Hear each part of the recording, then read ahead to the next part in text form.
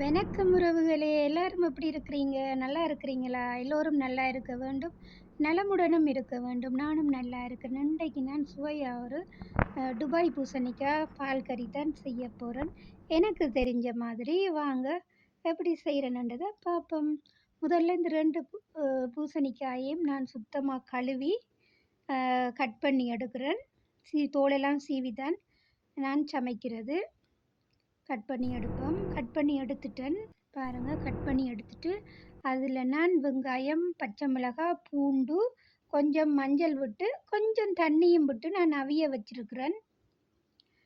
பால் இருந்தா பால் விட்டு நாங்க 2ஆம் பால விட்டு அவிய விடலாம்.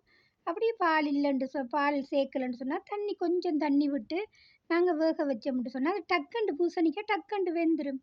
இந்த பூசணிக்காய் சாப்பிட்றதும் நல்லது. நல்ல டேஸ்ட்டாவும் இருக்கும்.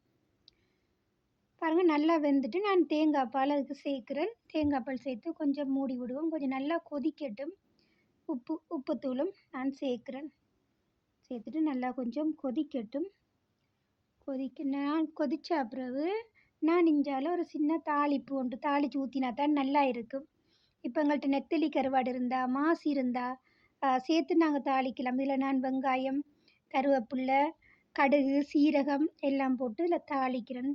அதில் நான் மசாலா தூள் சேர்க்குறேன். மிளகுத்தூள், சீரகத்தூள், காரத்துக்கு கொஞ்சம் மிளகாய்த்தூள். ஏனென்று சொன்னால் பூசணிக்காவில் கொஞ்சம் இனிப்புத்தன்மை இருக்குது தானே, அப்போ அதனால் நான் கொஞ்சம் மிளகாய்த்தூளும் சேர்க்குறேன். நல்லா இருக்கும். இதெல்லாம் சேர்த்து நல்லா பொரிஞ்ச பிறகு அப்படியே நாங்கள் எடுத்து இந்த கறியில் கொட்ட வேண்டியதான். தாளிச்சு ஊற்றினா தான் நல்ல டேஸ்ட்டாக இருக்கும். பாருங்கள் பாலெல்லாம் கொதித்து நல்லா வற்றி வருது. நல்லா கட்டியாக இருந்தால் தான் நல்லா இருக்கும். பாருங்க இந்த தாளிச்சு ஊற்றியாச்சு. நீ கறி செய்து முடிஞ்சு. ஒரு சிம்பிள் தான், ஒரு 5 நிமிஷம் வேலை. இப்படி செய்து கொடுத்தா நல்லா தாளிச்செல்லாம் செஞ்சால் விரும்பி சாப்பிடுவாங்க. பாருங்கள் இப்படி இருக்குன்னு கறியும் நல்லா கட்டியாக இருக்குது. இந்த கறி செய்முறை உங்களுக்கு பிடிச்சிருந்தா லைக் பண்ணுங்கள், கமெண்ட் பண்ணுங்கள், சப்ஸ்கிரைப் பண்ணி சப்போர்ட் பண்ணுங்க உறவுகளே.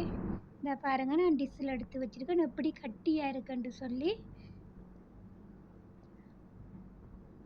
பாருங்க நல்லா இருக்குது பார்க்கவே. மீண்டும் இன்னொரு காணொளியோடு உங்கள் பானு. நன்றி உறவுகளே.